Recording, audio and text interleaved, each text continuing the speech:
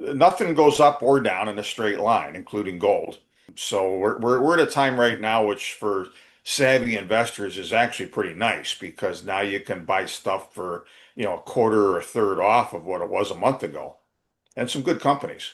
Even now, going forward, I still insist that within a year or two, you're going to see a minimum $200 a pound uranium price, and we're still going to have a tight market, and we're still going to be undersupplied. When you look at the macro situation and the broad markets, by most measures, the overvaluation and silliness on Wall Street exceeds anything that's come before it. Give you an example. In the late 90s, the big darling internet, age stock was Cisco Systems. And at its peak, Cisco represented all by itself, its market cap, 4% of U.S. GDP. Do you know what NVIDIA represents right now? It's just hit $5 trillion valuation. So you're talking something like 15% of U.S. GDP.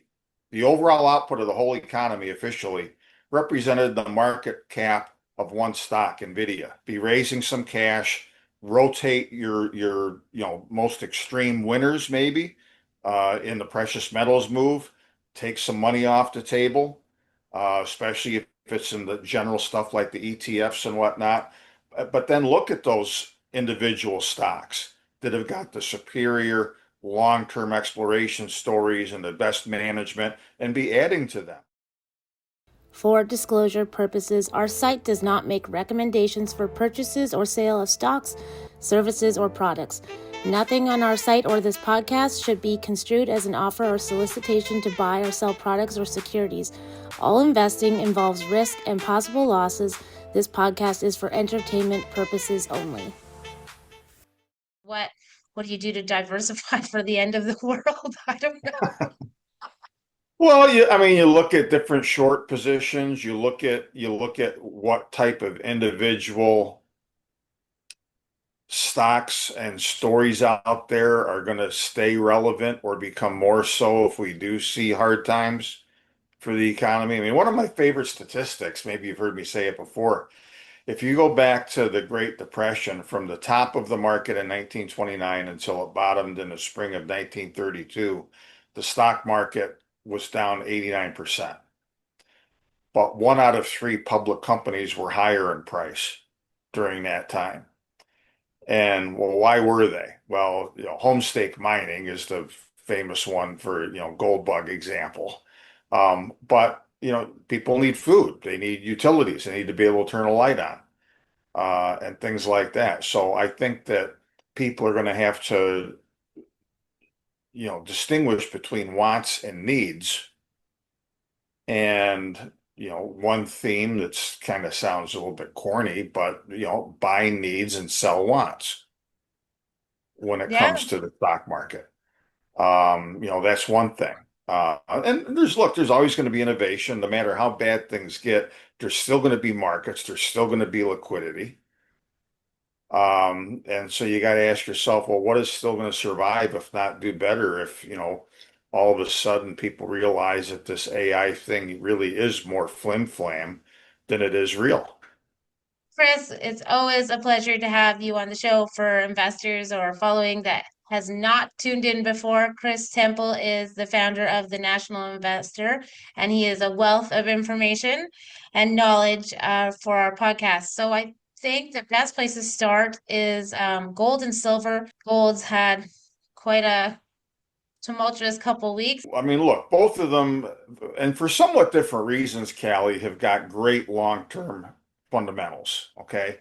I told people, you get my newsletters. It's probably been going out a month ago when I thought gold was just getting too bubbly that I told people to start taking some money off the table. Among other things, we're kind of redeploying from some of the bigger names into some of the better exploration stories that haven't been run up a lot yet, because we're going to go through a period of consolidation now for both gold and silver. But I think on the other side, more so for gold, possibly for silver, we'll see new highs again still.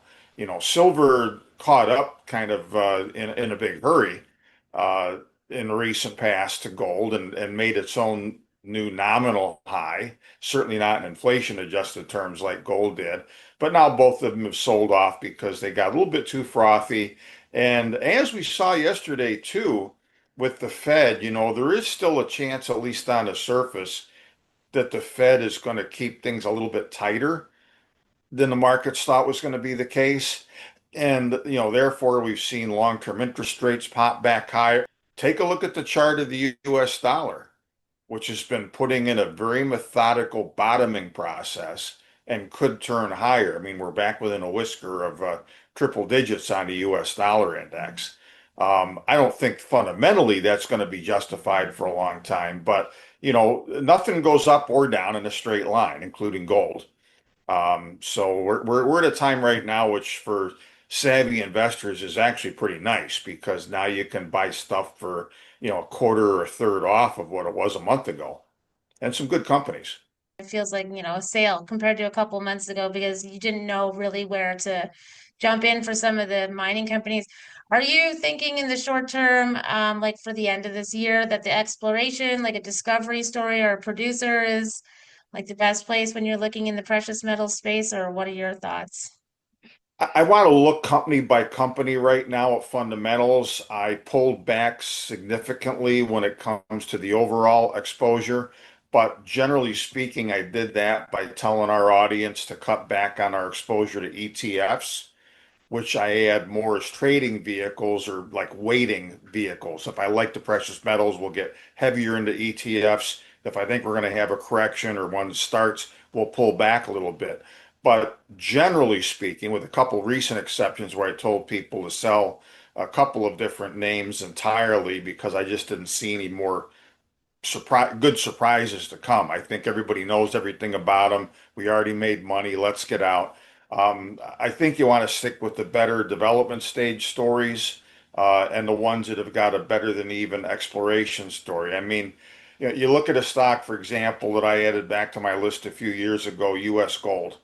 I mean, the stock's up something like 5 times what it was when I put it back on my recommended list. It was up like 6 or 7 times, and it's corrected a little bit too. Okay. But when you look at its economic assessment for the CK project in Wyoming, even at its high price of a few weeks ago, it's still undervalued. When you look at what the net present value of the resource is, which is grossly understated. I mean, every time they've come out with a updated economic assessment, you have to put updated in quotes because they're using a gold price way below the current market. They're not including a lot of the good stuff to come. So that's a Cadillac of a development stage story.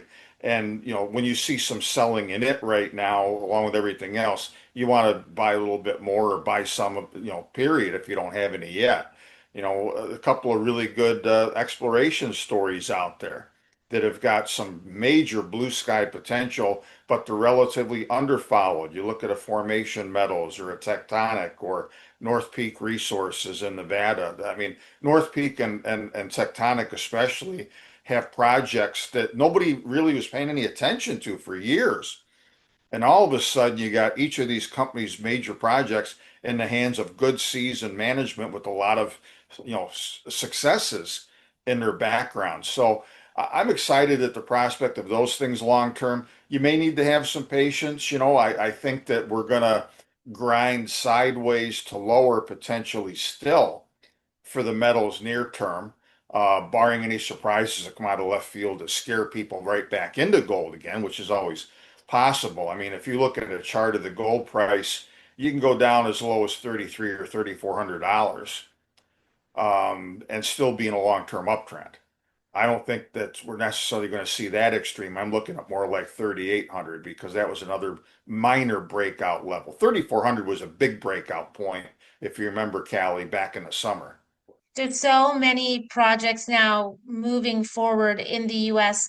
We've talked with Apollo, California, San Bernardino has drastically changed even in the last 6 months. Obviously, US gold, Wyoming, kind of one of the best places to be. But do you find that almost all jurisdictions now are basically mining pro mining in the States? Much as we would like, Minnesota, regrettably, is still troubled, especially in the Iron Range, where you've got North Met and Twin Metals, and still, regrettably, a lot of resistance to that. There shouldn't be, but there is. You mentioned Apollo. A lot of people, and you and I both have talked with both Ross McElroy and Andy Bowering, in the recent past.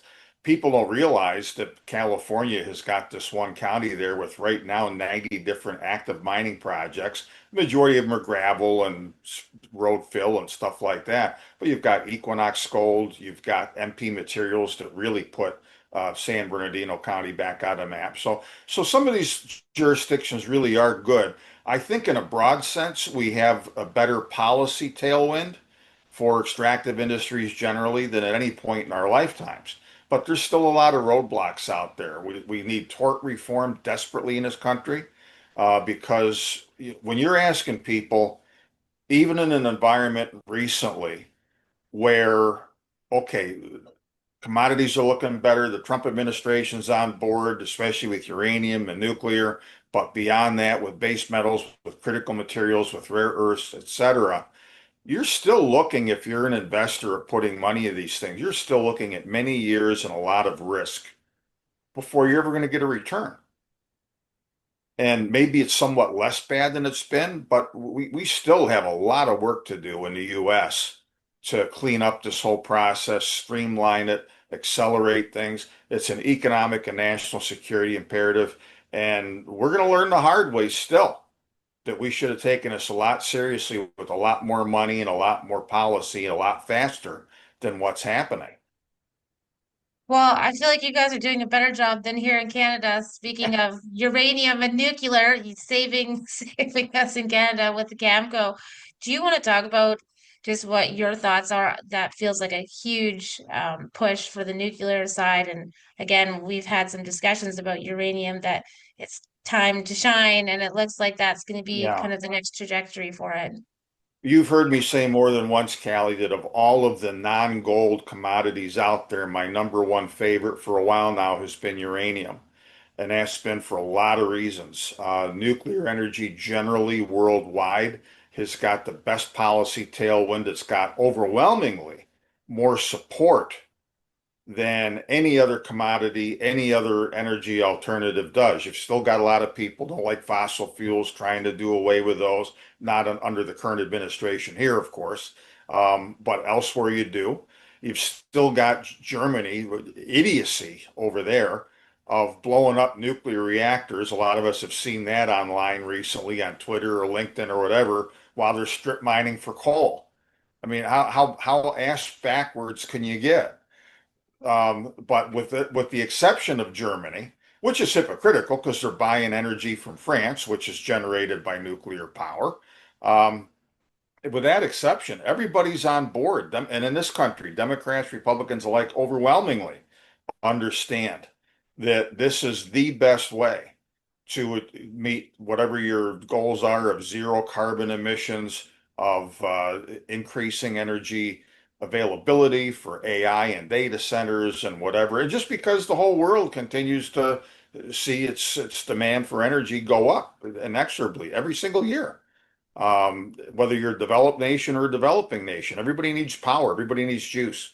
So I think that the deal with Brookfield and Cameco slash Westinghouse and the U.S. government, right along line with what the president has been trying to do down here. That's the best story of all of them as far as the administration getting behind a certain energy story. And again, because it already had a significant policy tailwind and significant public acceptance, even before Trump came back into the White House. So I think what it also does, and I was talking to a couple of Canadian colleagues earlier today, that it's part comical and part aggravating when you see what has now become a cartoonish so-called relationship between President Trump and Canada. You know, Premier Ford in Ontario runs an ad with, featuring the late President Ronald Reagan that Trump doesn't like. Oh, we'll throw another 10% tariff, on Canada. I mean, it's just stupid stuff. But I really have thought all along, and even more so now, looking at this deal, that a lot of that is for, public political jockeying or whatever dopey stuff it's for, because under the surface, we have got still a very integrated and tight relationship between businesses, between the U.S. and Canada. And this is one huge example of that. I mean, some detractors might say, well, technically it's Westinghouse. Westinghouse isn't a Canadian company. Well, it's kind of half a Canadian company because Cameco owns half of it, or whatever the exact number is. It's going to be a boost to Cameco. It's going to help everybody. As far as for uranium projects, I mean, for the last while, I had been looking at U.S. projects because I felt, Canada might have a better project, but our permitting and moving things along is painful. Now, with that Cameco um, push forward, do you think that that will kind of bring back more investment into possible on the Canadian uranium side, or does that entice you more on the U.S. side that you would It, look at that? Or well, it entices me for both, especially if it's a good overall project. Every so often, I sit down with Scott Melby, who I know you know. He's the head of the Uranium Producers of America. He's the vice president of UEC. He's the CEO of Uranium Royalty Corporation. And he's pretty much the smartest guy in the U.S. He's right up there with Gitzel, or even more so with his international connections and experience as being an expert on this whole industry.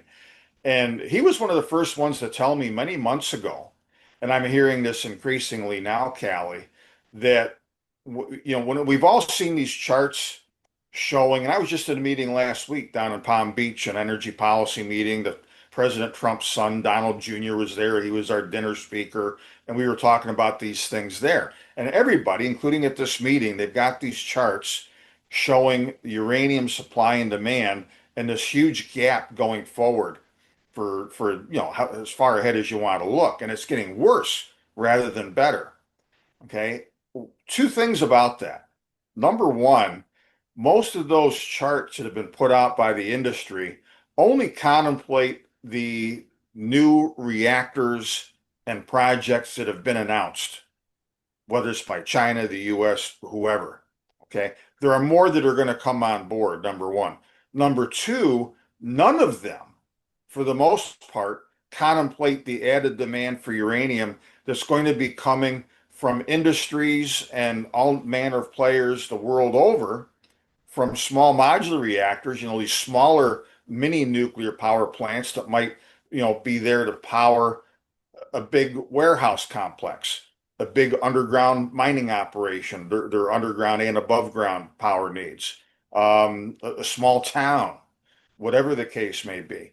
Those are going to require more uranium as well. So for every chart you've seen, folks, that shows this yawning gap between supply and demand going forward, it's worse than that, which means for investors, it's better than that, which means for investors that you want to find the best stories are going to be the next up and comers after Cameco's still got some production to bring back out of mothballs.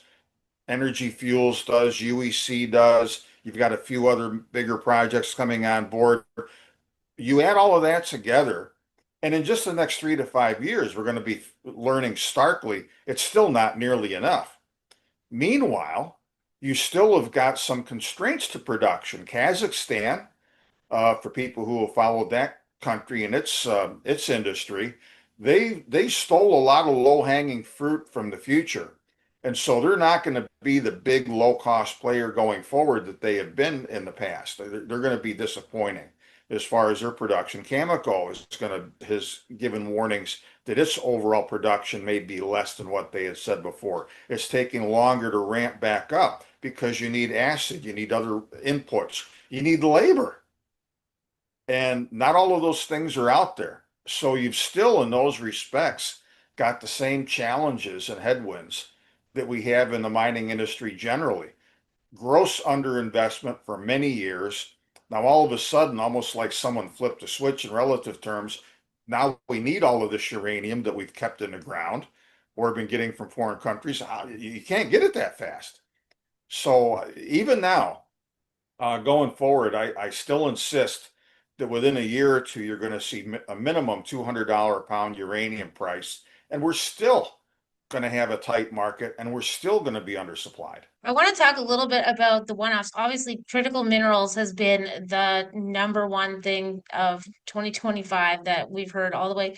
Lithium even has, had a bounce back now, which has been a long time coming for that. Do you still think going into 2026, the end of this year, like we're going to see those antimony and tungsten one-offs leading the way? Or As far as some of these embargo type or unique stories like antimony and rare earths and stuff like that, I was telling people several weeks ago to start taking some money off the table in anticipation of what we just saw in the news, and that is the seeming ceasefire between the U.S. and China in what I've called this World War III over commodities and currencies, which is not over. This is just a ceasefire. But keep in the back of your mind, as much as I still like these kind of stories long term as well, and there is still no question that going forward, the US and Canada need to immediately ramp up by multiples the investment, the policy, and whatnot to be able to produce these rare earth magnets, antimony, all of the different corollary products, tungsten, you name it, all of them right here within our own four walls. Um, People finally were waking up to these particular stories. A lot of rare earth, antimony related stocks had huge runs. A lot of that was hot money from investors chasing the story. And it shouldn't have taken a rocket scientist to figure out that when Trump, at least at the moment, talked China into, okay, we'll give you a 1 year grace period as part of a few other little tit for tat things, and we'll drop our broad embargo for a year. Well, a lot of these stocks were already selling off in anticipation of that. They did on the news. They bounced a little bit, during the day today. I would be very careful of those things in the near term.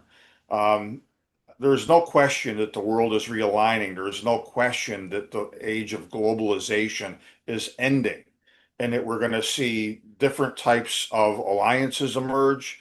We're going to see more regionalization and localization of mining and supply chains and things like that in the future, but it's not all going to happen overnight.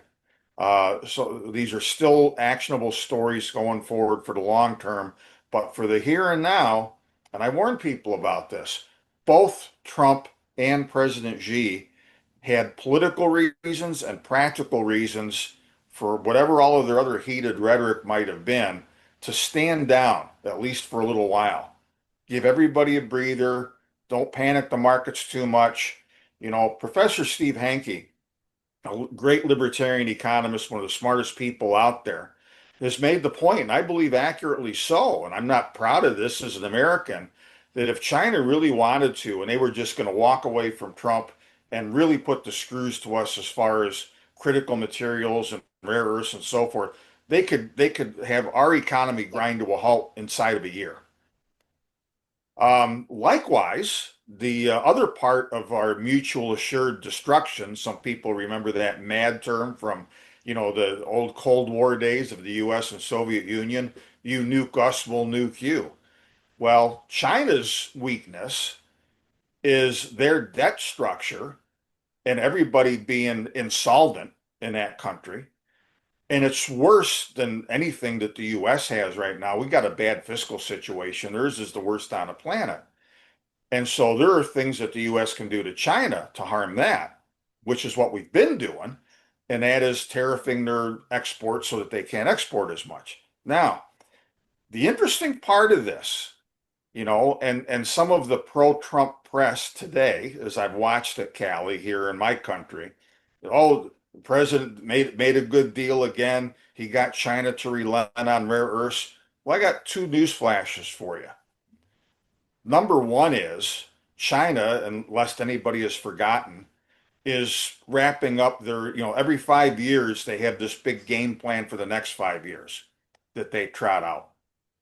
They just doubled down on their model of being the world's low cost manufacturer, which is completely the opposite of what the US says it wants China to do, which is to get its own consumers to be stupid and run up their credit cards like Western consumers. That's not their culture. Okay. So China's doubling down on their production-based economy. That's going to continue to keep these open wounds going forward rubbed raw as far as them having the biggest current account surpluses and biggest trade surpluses of anybody on the planet. That's number one. Number two, for anybody that thinks President Trump got the upper hand, did you hear anything yet out of this that China has promised to stop buying oil from Russia? No more than India, which President Trump, a press conference a few weeks or so ago, blurted out that, oh, yeah, I just had a conversation with India. They're going to stop buying Russian oil. To which India replied, well, that's news to us. So a lot of his jockeying and negotiating is in the press and making statements and hopes somebody takes him seriously. It's not a way to run foreign policy. It's not a way to run trade policy, but not to ramble on anymore and get on a political soapbox. You know, we're standing down right now on some of the stickier issues between the U.S. and China. Hopefully, the ceasefire holds for a little while. The long-term story has not changed. So it's assuming people took some good profits on rare earths and antimony and stuff like that in the recent past. I'll say the same thing, although it's a little riskier right now, that I did a few minutes ago about the gold stocks. Use this opportunity as a correction to build or start, whittling away at a shopping list and buying some stuff that maybe is down by 30 or 40 or 50%, but that are the best legitimate stories. Because I saw some pretty nonsense stories in some of these critical metals go up a lot in share price grossly prematurely compared to their what their fundamentals are. Those always seem to show up every few years in a They different do. mineral. Before we got into the interview, we were talking about diversification as this market seems a little one day we're going this way, one day we're going another way with political issues and everything changing so rapidly. What are like some of the other sectors? I know you said it's more picking a specific company, but in what other sectors are you looking at, like drone and defense and aviation, or some of the companies that are going to utilize all the energy and minerals that all these mining companies are like, what are the sectors that you are thinking might pull through over the next, 3 to 6 months? When you look at the macro situation and the broad markets, by most measures, the overvaluation and silliness on Wall Street exceeds anything that's come before it. Give you an example. In the late 90s, the big darling internet, age stock was Cisco Systems. And at its peak, Cisco represented all by itself, its market cap, 4% of U.S. GDP. Do you know what NVIDIA represents right now? It's just hit $5 trillion valuation. So you're talking something like 15% of U.S. GDP. The overall output of the whole economy officially represented the market cap of one stock, NVIDIA. And Wow. not that NVIDIA isn't a huge company, not that it's not an important company, but that's an example of how you've got a lot of liquidity out there that has been maniacally chasing itself. And I think in some respects, chasing its own tail. There's been a lot of characterizations recently of all of this, the broader AI boom. And you got company A says we're going to invest X in company B. Company B says we'll invest in company C. Company C says, oh, goody, now we can invest in company D. Company D says, wow, this is great. We're going to invest in company A. And then you continue this. And this is what a lot of the so-called investment is all about, And look, as ham-fisted and I think lacking of any good critical thought and depth of knowledge as a lot of what President Trump says and does represents, the one broad thing that he obviously does get is that he needs, whether it's real or imagined, he needs to produce all of these lofty goals, all of these lofty promises of investment, etc. Because he knows if we can't keep all of these bubbles afloat on Wall Street and things collapse, then all the rest of his agenda collapses with it. Because a lot of the Republicans on Capitol Hill, if we did have a market bust, and things turn bad, or all of the crypto stuff, goes bad, which the Trump family is up to here in, okay? You watch how fast those Republicans who are all in lockstep now run away like rats leaving a sinking ship. So he knows he's got to make all these promises and all these deals. Some are legit, no question about it. And I'm not trying to overstate this, but the only thing that's going to save us now and keep us plodding along is ever more speculation, ever more, real and imagined wealth creation. And the president's trying to do it, but I think that we're already so far gone as far as how much debt is out there. And look, the response of the markets to the Fed meeting yesterday tells you all you need to know. The Fed has cut interest rates now a total of 150 basis points since last September. And yet the 10-year Treasury yield is a bit higher right now than it was last September when they started cutting. So whatever the Fed does to cut short-term interest rates, long-term rates are not coming down. And if they get too silly about it, and the markets really come to the understanding that the Fed has run up the white flag on its 2% inflation target, especially when the president appoints a new Fed chairman or chairwoman, if it turns out to be that, that's going to be even more accommodative. Will you see long-term interest rates then? Central banks own more gold now than treasuries. The debt chart is terrifying, Yeah. basically. Um, I know you call them the lag seven. Oh, I don't know what we call them anymore, but with all this trajectory, for the end of the year, what are your thoughts, like for an investor, when they are looking for a one-off specific company? What is some of the key pointers that they should pay attention to, or should we all just fasten our seatbelts and see how the end of the year Well, goes? sometimes I use this Godfather theme graphic showing Don Corleone. It wasn't him that said it because he was in the hospital in the movie when this happened. But you ask yourself, is it time to go to the mattresses? That means get out of sight, get out of your home, hide, until the coast is clear. That's what the mafia referred to by going to the mattresses. You had your safe houses to go to if there was a mafia war.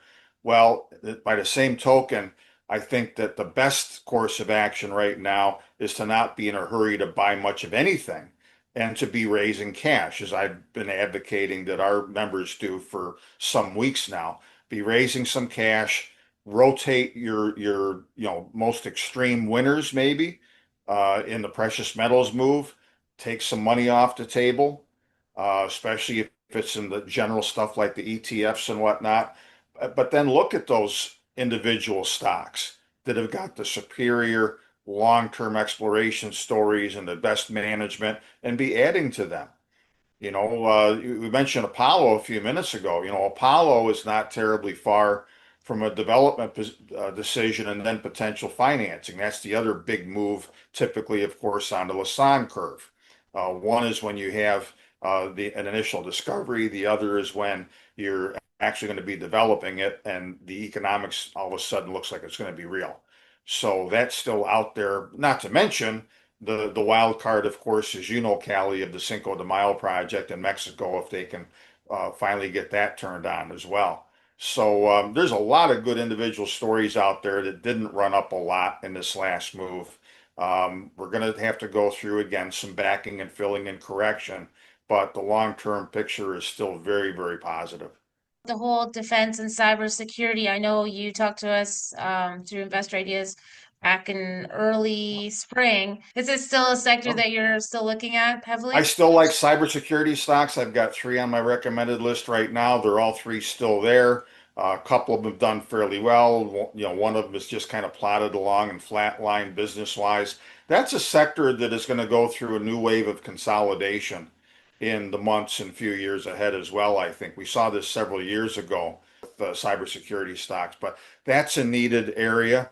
I think that there are some. I'll tell you, one of my favorite commodity themes right now once again, is old energy. I think that crude oil around $60 a barrel is totally unsustainable. It's not going to stay down there unless we have a depression globally. Then it'll get worse before it gets better. But that's way too low a price. I love natural gas going forward because between Canada and the U.S., we're going to be exporting a lot of it besides adding to our own production as, because natural gas is going to be the other big winner out of our energy policies here, on top of nuclear. And the Energy Secretary, Chris Wright, has made very clear that the overwhelming majority of the heavy lifting to meet our drastically increased needs for electricity and energy more generally, the two big winners are nuclear and natural gas. So nuclear power stocks and the uranium stocks have already had decent runs to respond to that. And natural gas stocks in relative terms have been AWOL.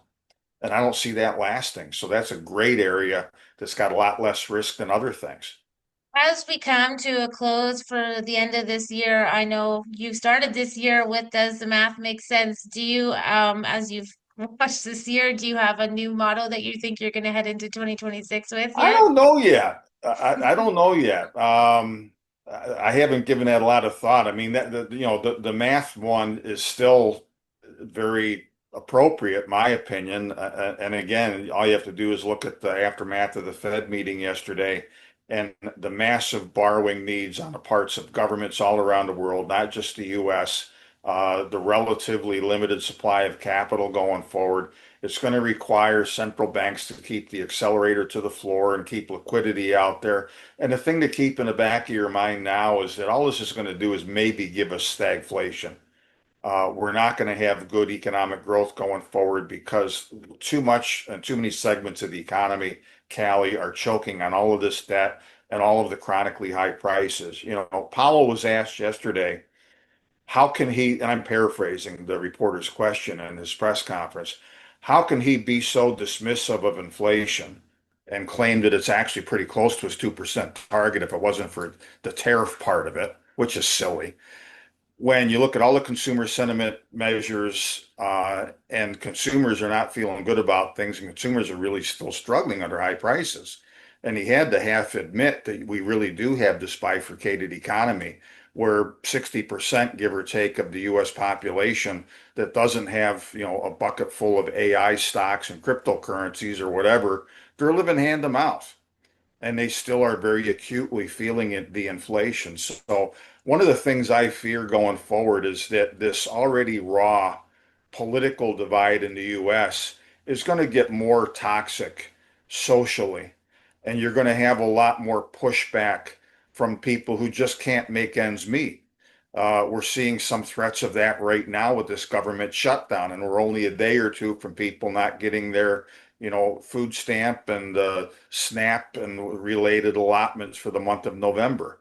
I don't want to see what that's going to do in a lot of highly populated areas over the next month if this doesn't get solved real fast. So, the math is still lousy because there's too much debt, too much inflation, and regrettably, I don't see it getting worse. So again, back to one of your original questions, I think that the wisest thing to do right now on investors' parts is to be raising some more cash, not be in a hurry to do much. I wish we would have a 20 or 30% blow off in a relative short period of time to the NASDAQ and maybe a little bit less the S&P 500, sober people back up a little bit, everybody shake themselves out of their stupor, and then go back and look at the market again and say, okay, what's real? And then you'd have a healthier, more constructive environment because right now things are just stupid. I love your honesty, Chris. For anyone that's new, please tell them where they can find the National Investor, how they can subscribe, how they can reach out to you. And then any closing remarks, investor sees as the year comes to a close, they should either run for the mattresses or start buying again.